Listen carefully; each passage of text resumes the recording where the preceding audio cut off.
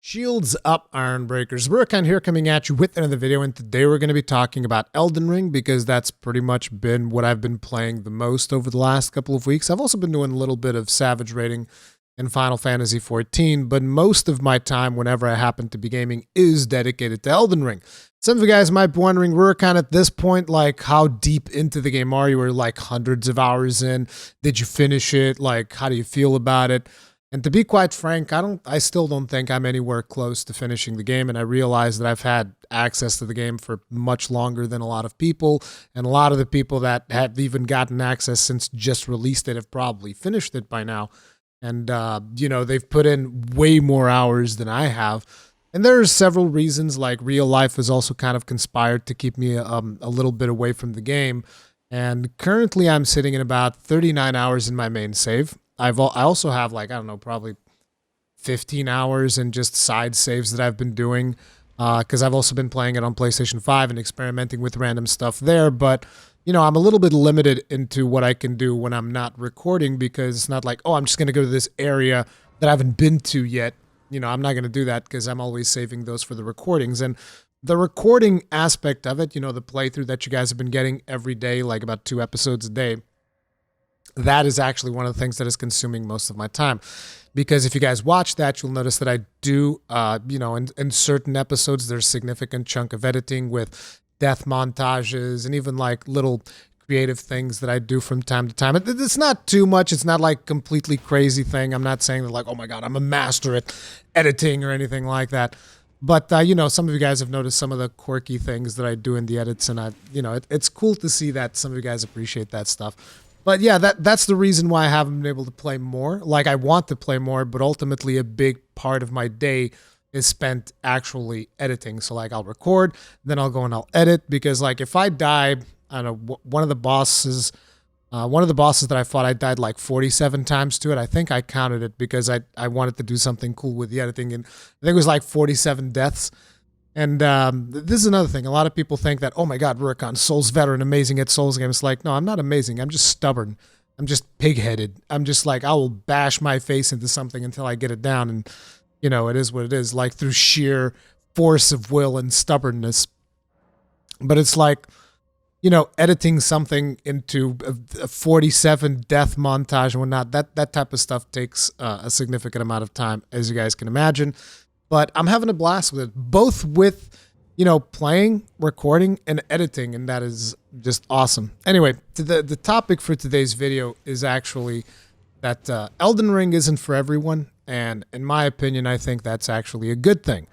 And a lot of you guys might be like, well, Rurikhan, wouldn't it be better if Elden Ring was for everyone, if more people would be able to access the game? You're just gatekeeping. I mean, I can't wait for someone to come in the comment section and call me a gatekeeper again. It happens every time that I talk about this particular topic, despite the fact that this channel was started with the goal of me trying to get as many people as possible into Dark Souls with some degree of success, I would argue, because a lot of people tell me they did get into Souls because of me, and that makes me happy.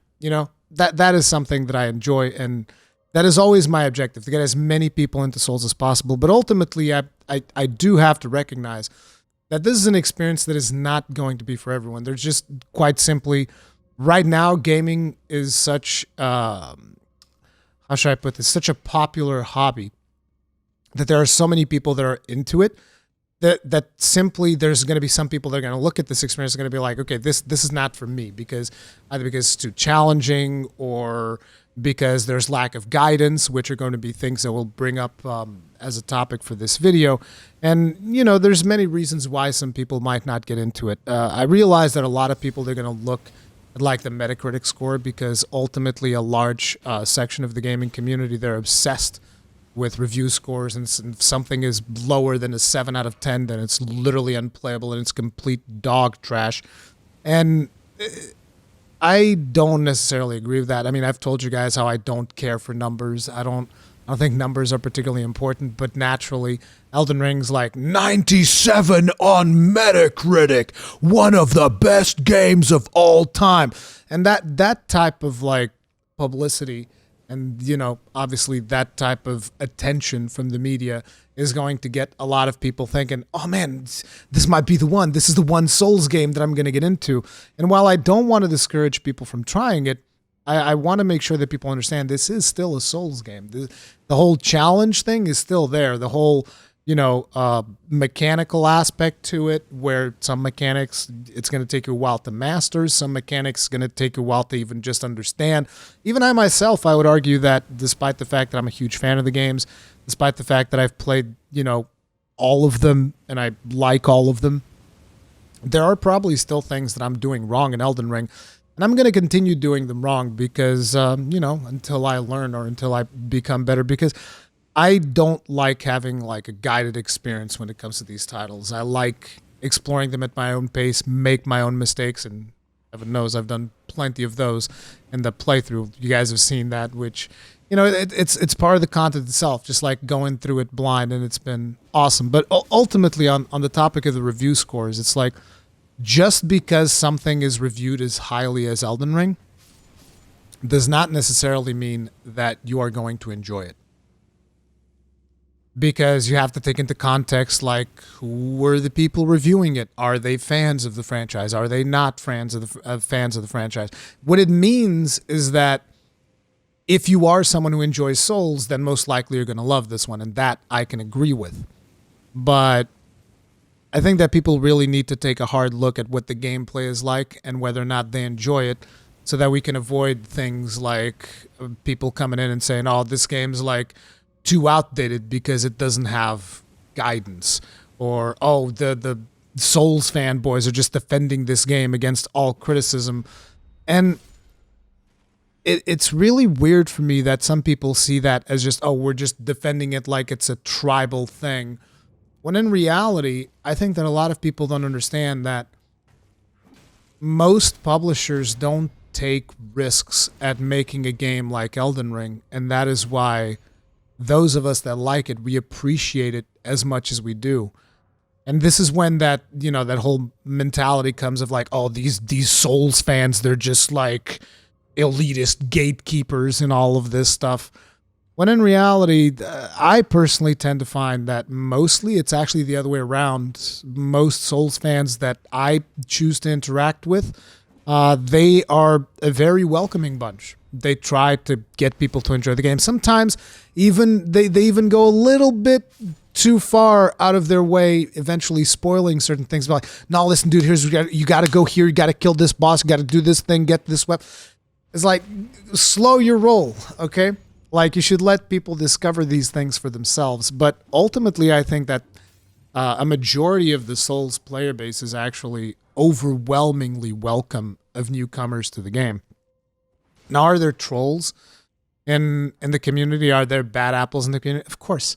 There's bad apples in literally every community. You can think of the most innocent possible game in existence, and I guarantee you that there are bad apples there that are going to give that community like a bad name. Like a lot of people talk about the Final Fantasy XIV community. I've done it myself, and I do think Final Fantasy XIV is an amazing community. That doesn't mean that there aren't toxic people there. Of course there are. Just like there's toxic people in Souls and in Monster Hunter. There's toxic people everywhere. But it's like you need to be able to pick apart who are the fans of a game versus who are these toxic individuals that are going to just be pieces of garbage no matter where they go. And like I said, I genuinely believe that a big portion of the Souls community is actually extremely welcoming. And it annoys me a little bit when people start just like being like, oh, the Souls community is just the elitist gatekeepers and all of this, when in reality, when I interact with people from the Souls community, I experience something completely different, and most of us want more people to play the game. But the difference is most of us don't believe that the experience should be compromised in order to get more people to play the game. And this is the part where people start calling us gatekeepers and all of this stuff. And it's a weird situation, because if you look at the gaming industry as a whole, and you look at the amount of titles that are out there that do all of the things that people complain about Souls not doing, like, for instance, having a quest journal, having difficulty levels, having a more guided experience, having a more hand-holdy experience. And there's thousands of games that do exactly this, right? There's thousands of games that will give you like 5 or 6 different difficulty levels that you can play them at.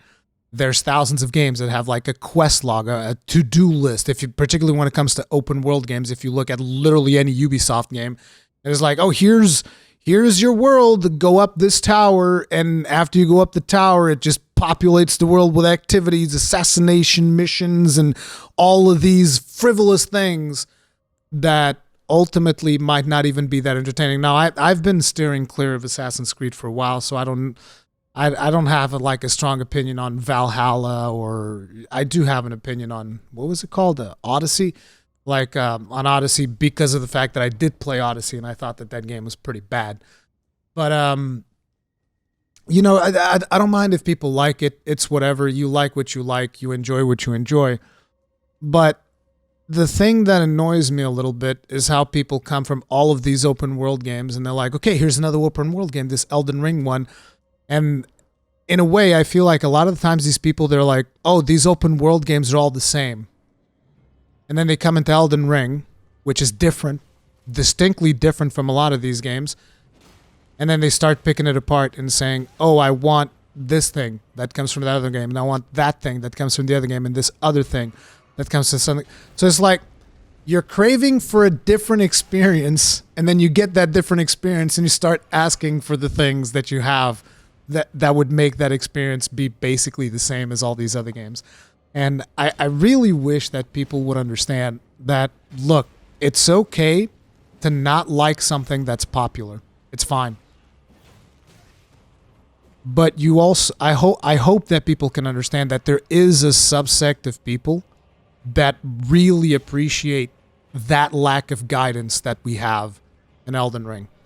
Because it's freeing to not be bound to the shackles of like, oh, here's your to-do list. Here's all of these things that you got to go do. And don't get me wrong, I appreciate doing that in games as well. Like, I appreciate that aspect. I play Final Fantasy 14 and clearly, there's quest log with side quests and all of the quests that you can go and do. Hell, I played Forbidden West, which I think is a fantastic game. Also has that, a quest log of objectives. You can even set objectives to like how to go about upgrading your weapons, and it'll direct you to where the machines are to do your upgrades and do all of this thing. And I understand that there's an appeal to that, to have a guided experience. But I just hope that people can understand that there is also an appeal to having a completely unguided experience. Even though the game does have guidance, there's the sites of grace that point you towards like the main story beats and the important things that you got to go do. But other than that, it's pretty much just like open-ended. Do whatever you want, go whatever you want.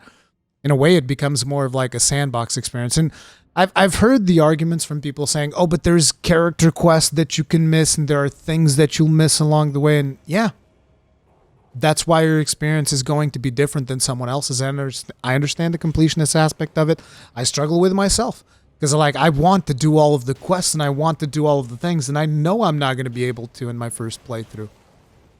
But the thing is, I'm always excited to eventually go back and do it all over again and try to figure out where did I go wrong? Where did I fail this particular NPC quest, and explore that aspect of it. And it even creates a community around trying to figure this stuff out. And I know that for some people, you just go online, oh, it's just guides nowadays because, the community has gotten so large that there are some people that are able to just spend copious amounts of time instantly finding out like, okay, here's where you get this weapon, here's where you get that weapon, here's how this quest goes, here's how that quest goes. But it makes it even more important, I feel, for people that want to have that fresh experience, that unguided, blind run, to be careful and, maybe steer a little bit clear of social media. I myself have been kind of like dodging spoilers, like, just like dodging them spoilers left and right and making sure to avoid most media surrounding Elden Ring to maintain the integrity of my own playthrough, because the first playthrough in one of these games only really happens once, which I think is important. Now, I've also been doing something that is interesting, which is I've been invited to do some promotional stuff for Elden Ring in Portugal. And it's been, Portuguese content, which is why you guys might have seen me do some social media posts about, hey, I'm talking about the game in Portuguese in this live stream or this video or this podcast or this thing. Just even yesterday, I went to do that as well. And I wanted to let you guys know that, one of the main reasons why I'm doing that in Portuguese, because I would very much like more people to play the game. I want as many people as possible to play this game. I want as many people as possible to enjoy this game, very much like I want them to enjoy Monster Hunter and Final Fantasy XIV and other franchises that I am into, Nier Automata, tons and tons of other games that I'm into. I always want to get as many people as possible. And one of the reasons why I've been spending a significant chunk of time doing this content with friends in Portuguese is because I would very much like it if the gaming scene in Portugal was seen for more than FIFA, GTA, and Counter-Strike Go. Because I feel like that is probably the three main Portuguese games that everybody plays in Portugal and that anybody even gives a damn about. It's like it's FIFA, GTA, and Counter-Strike Go. I mean, and I'm not even that into the whole what else is happening. There might be some Fortnite stuff in there as well. And it's like, I'm not saying it's a bad thing. The thing that I think is bad is that is it. That is our gaming scene. Is like those 3 or 4 games or whatever. That's it. Probably League of Legends as well, I would imagine. But I want to see more. I want to see more people in Portugal or just like even in Portuguese-speaking countries actually playing these titles like Elden Ring, Monster Hunter, and all of these things, and to find out how fun these can be and how you can create content around these titles and have a good time with your audience. But I don't want to do this at the cost of the experience. I don't want the game to suddenly get like a difficulty slider. And some people will argue that Souls already has built-in difficulty adjustments through summoning spirits and summoning other players to help you out and whatnot. And this is the point of contention for a lot of people, which is the level of challenge. And I want people to understand something, that if you go and you look up interviews with Hidetaka Miyazaki, who is kind of like one of the main people behind this game, if you go and you look up interviews with him, he specifically says that one of the fundamental cores of this franchise, like the Soulsborne games, the Elden Ring, the Sekiro, all of this, one of the fundamental design pillars of these titles is the concept of overcoming challenge. The moment you add a difficulty slider, you essentially remove that pillar. And I understand that it's hard for a lot of people that maybe you're used to an easier experience in a lot of video games, and you jump onto Elden Ring and you're like, dude, there's like a horse guy right at the start, just like trounces me down. Like, there's no way I could ever kill this guy. Like, I've never even played the game. And it always astounds me that people don't seem to understand that is a lesson in and of itself. And that lesson is, as it was illustrated, I think that Ratatosker has been doing some really good videos about the lessons of Elden Ring bosses and stuff like that. And the lesson that particular boss, the horse guy right at the start that trounces you, is giving you is that this is an open world game. You can literally just walk slightly to the left and you can carry on with your adventure. You don't have to kill Tree Sentinel right at the start. If you want to, you should, you can. It is possible to do it, but you don't have to. And that's just the thing, because like a lot of people nowadays, they're used to most video games being these theme park-like experiences, which are very linear, where you go in, and if you see enemy, you can go there and you can kill the enemy. There you go. That's about as deep as it goes. Like, oh, I see bad guy, I kill bad guy is dead. And the whole story of a lot of these games is like, okay, I see the bad guys, I see the good guys, I'm one of the good guys, I'm going to kill the bad guys. That's what we do. We just kill the bad guys, kill them dead, and we move on. And I haven't experience the entirety of the story of Elden Ring, but I highly doubt it's going to be as linear as that, as Miyazaki has taught us throughout the years with all of the stories in Souls about how, oh, here's what we present to you as like the good and the bad, and then somewhere along the way you're like, well, that's not it at all. The people that you're calling the good, they're just manipulating us. They're manipulating us into maintaining this weird cycle, and we should actually do this other thing. But that's also bad because all these people are going to get screwed up. There's many more nuances when it comes to the storytelling of Elden Ring. And just like there's many more nuances when it comes to the gameplay of something like an Elden Ring. And the introduction of something like a difficulty slider fundamentally changes the experience. And the sense of community gets diluted down with it because it's an experience that you just have that one way of experiencing it, which is that one level of challenge that everybody goes to and everybody overcomes it. You can overcome it in different ways. And there are plenty of things that you can do to make the experience easier on yourself. Use summoning spirits, use summoning NPCs, summon other players. There are all of these ways of tackling the challenges that are presented before you. You can try to overlevel the challenge, upgrade your weapons further because there's so many different options, so many different dungeons that you can do, so many different upgrades that you can try out, so many different Ashes of War. The Elden Ring in particular is like one of the most complex Souls games that we've ever seen, in my opinion. Like, I've just been thinking about every time that I encounter a new ability, my mind gets thinking like, oh my God, I imagine how people are using this in PvP. That's got to be insane. I can't even imagine what the PvP scene is looking like right now. Just like the other day I ran into this thing, which is like a throwable item that NPCs throw at you and then does like this explosion and shoots out 3 homing missiles, kind of. And I'm just wondering if people are using that in PvP and how they can use that to then interweave it with their own attacks. It's just incredibly complex. And there's a million ways of going about it and doing things differently. And whenever people ask me, but Rurikhan, like, how does it affect you if there's a difficulty option in the game for me to play it on easy? And the way that it affects me is because it takes development time away from the developers. Because now they have to account for like 3 or 4 or 5 different difficulties. And usually the way that most developers tackle that is numbers. And by basically tweaking the numbers up or down, that doesn't make something better. And somehow the balance that From Software is able to achieve with difficulty in their games is unique. So like, for instance, you go to play another open world game, and I'm going to give you the example of Assassin's Creed Odyssey. And I can tell you that when I started playing Assassin's Creed Odyssey, which was pretty much on release day, actually there was like an early access of like 3 days or something if you bought a deluxe edition. I think that might have been when I started playing it. I don't remember. Anyway, you can actually look at the VOD in my channel, and I would make the argument that the developers didn't even bother testing the hardest difficulty of the game. That would be the argument that I would make. You guys were like, why would you say that?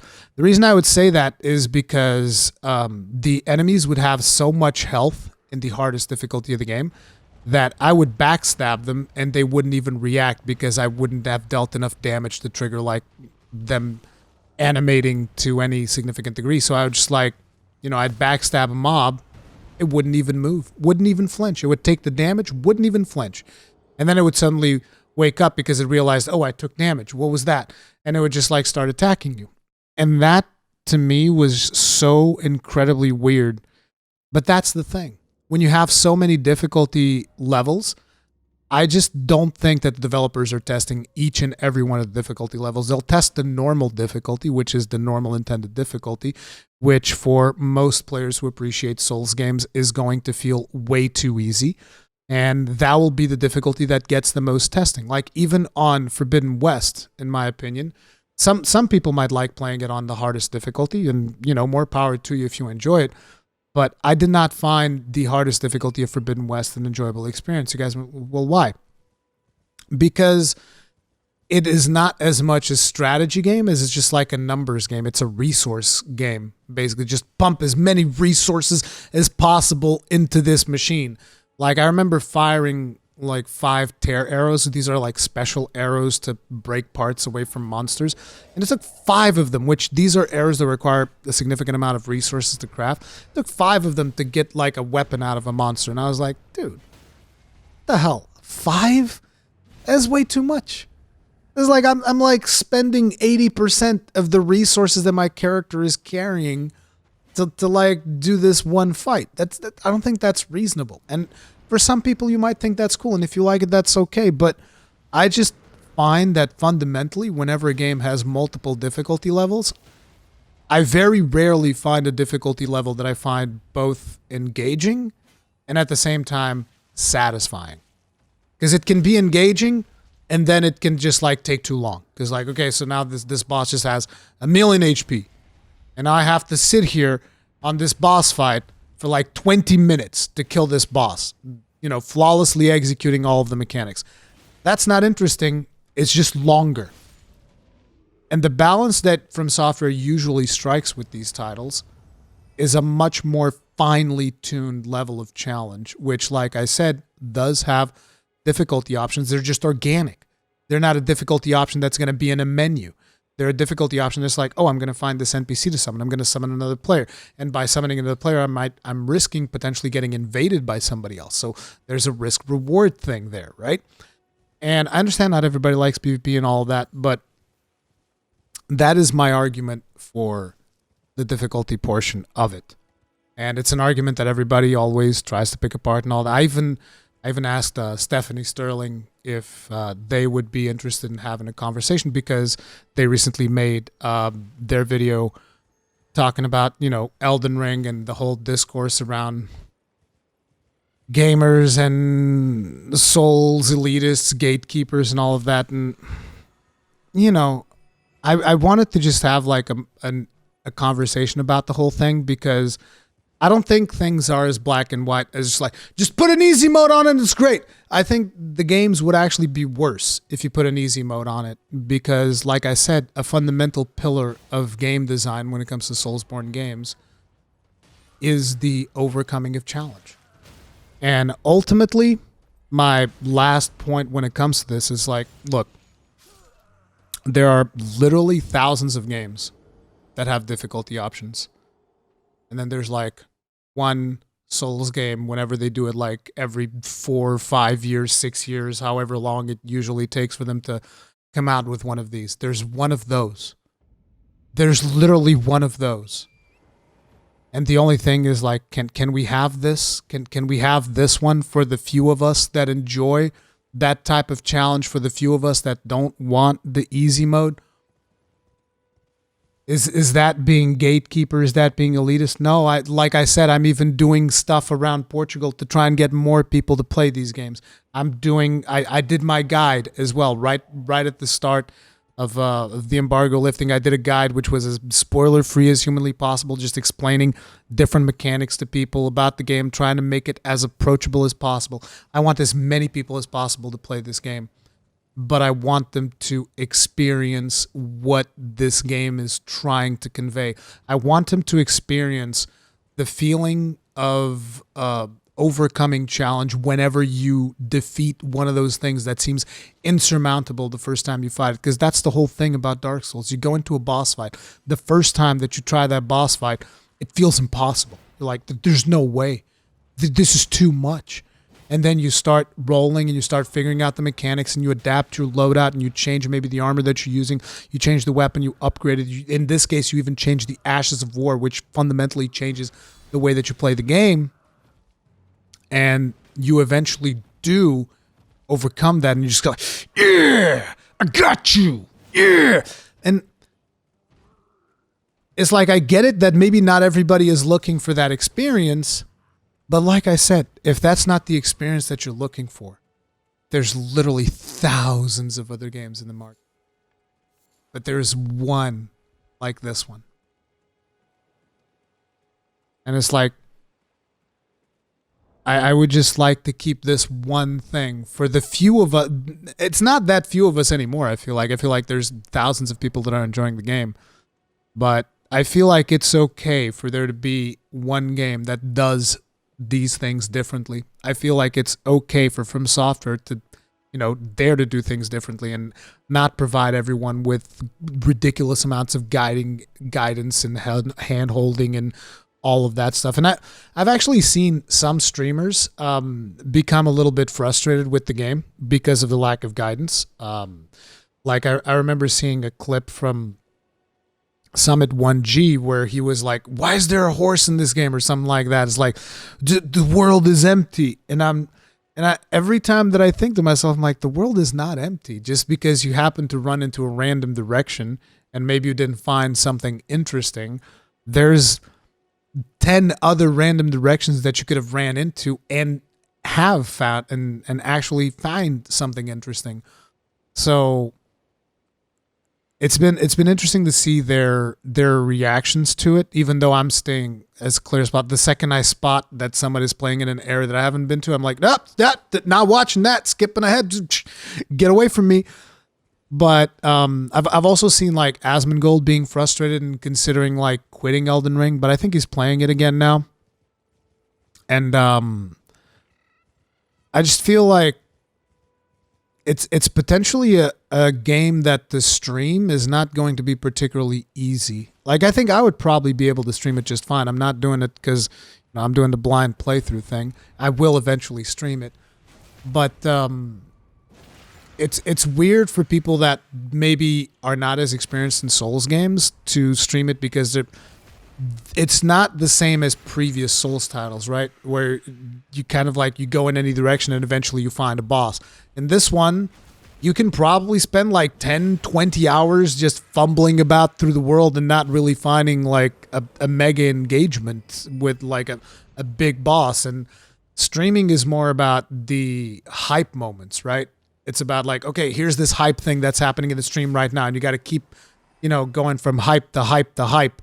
And an open world game like Elden Ring has a lot of moments that are more about like relaxing, which, I can improve the playthrough a little bit through editing stuff and whatnot. But I think that if you watch it, you'll actually notice that a lot of the times I am basically just running through the world and exploring and still having a blast. But the thing is, I'm also not having to entertain an audience while I'm doing it. So, it could be tough, but I just hope that people end up enjoying it regardless if they find it a good streaming game or not. Because I remember Asmongold saying that he played a little bit of it off stream and it was fantastic fun because he didn't have the streaming pressure. He didn't have like the pressure of like, oh, I have to find something hype every 5 seconds so that people keep, watching the stream. He was just like going through the world and exploring it at his own pace, which is another point that I would like to make, the final point that I would make in this video. It is very important to take your time with this title. Like, I understand that for a lot of people, they're jumping into Elden Ring and they're like, no, I need to finish this game as fast as possible so that I can be a part of the conversation, so that I can, have a formulated opinion on it. Because that's a pressure that I feel almost every gamer feels nowadays, which is the pressure to be on topic when it comes to whatever the social discourse happens to be about what game people are talking about, and just be aware of what is happening. And I don't think we need to do that. I think we can all just take our time with games and enjoy them at a healthy pace. And that's been what I've been doing with Elden Ring. Like, you guys might be wondering, how far in are you? And I'm never too far away from the episodes that you guys are seeing being uploaded onto the channel. I try to be a little bit further ahead. Like, when this video goes up, I have episodes that edited up to 26 and episodes uploaded up to 18, I think. Which means I still have to upload the other 8 episodes and do metas and thumbnails. And although the thumbnails are not that much work now, I just like change a number and boop. That's also to keep things spoiler free for people. I'm going to be changing some of the titles around, but the titles are still going to be spoiler free. They're just going to give like a vague description of what I do in the video. It's just, that's also a time constraint thing. As I get more time, I get around to doing that stuff more often. Anyway, I just wanted to give you guys a video dedicated to talking about this. Ultimately, Elden Ring might not end up being for everyone. I would like for as many people as possible to enjoy it. I would like to help as many people as possible to enjoy it. But if you don't enjoy it, I think that's fine. And I think that Elden Ring is something special for those of us that do enjoy it. It's got problems, like we talked about, the performance issues. I don't want to keep harping up on that like 1,000 times over. But yes, it does have problems. But ultimately, it's still a really cool game. Now, before we finish the video, I do have something that I wanted to show you guys, which is Bandai Namco sent me a care package. And I figured I would open it up on a video, but like usually unboxing videos don't do so well, so I saved it to the ending of this one. And I'm going to see I haven't seen what's in here yet. Like it looks like this. You guys can see it on camera. I know that my camera sucks. I'm probably not going to be upgrading my camera anytime soon. But let's see. Then again, maybe I will. Maybe I'll buy like a better webcam or something. Let's see what's in here. I'm going to pull it out. And I'll show you the items that come in this. This is, I believe this is the media kit. Okay, so this is what they send to like, you know, review websites and whatnot. And because I'm also someone who does Souls, I guess I'm entitled to also receive it. So it's got a bag.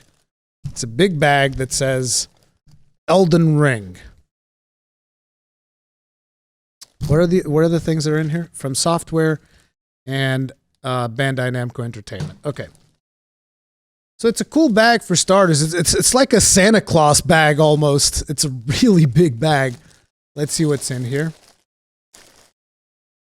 Okay, so we got a shirt. Oh no, it's not a shirt. It's a hoodie. Oh, damn, dude. Oh. Let me see what else is in here. Is this candy? We'll open that. I think that's all, right? Okay, so let me put this bag off to the side. And I'll show you guys what the rest of the stuff is. So, we got... I think it's a hoodie.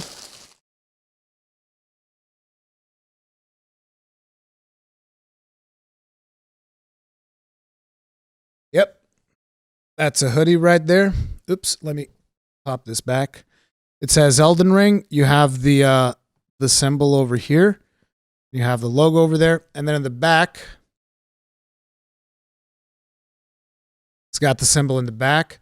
And then it's got Bandai here on the sleeves and From Software on the other sleeve here. So we got a hoodie. And what else? I'm assuming this is candy. So let's see how we do here. It could be the Great Runes, guys. They're giving us the Great Runes. Oh wait, they have a description here. It says cereal balls with milk chocolate. So this is like Maltesers. I think this is like Maltesers then. Which I don't know if you guys have that in the States, but anyway, the box has like the Elden Ring logo. And yeah, this is just straight up like, this is a chocolate candy that we have in Portugal. It's called, I mean, I'm assuming it's all over Europe. It's called Maltesers. I'm going to give it a taste. That's good. Good stuff. It's not like I'm fat enough, so Bandai Namco decided to send me chocolate. Thanks. Anyway, that's going to be it for this video. Hopefully you guys enjoyed it. Thank you all very much for watching. I'll see you guys in the next one. If you guys did enjoy it, hit the like button. If you want to stay up to date, subscribe, bell notification icon, all that jazz. And have a good one. And if you end up enjoying Elden Ring, enjoy it. And if you don't enjoy Elden Ring, that's fine. I hope you can find other titles that you enjoy. I'll see you guys in the next one. Stay strong, stay safe. Peace out.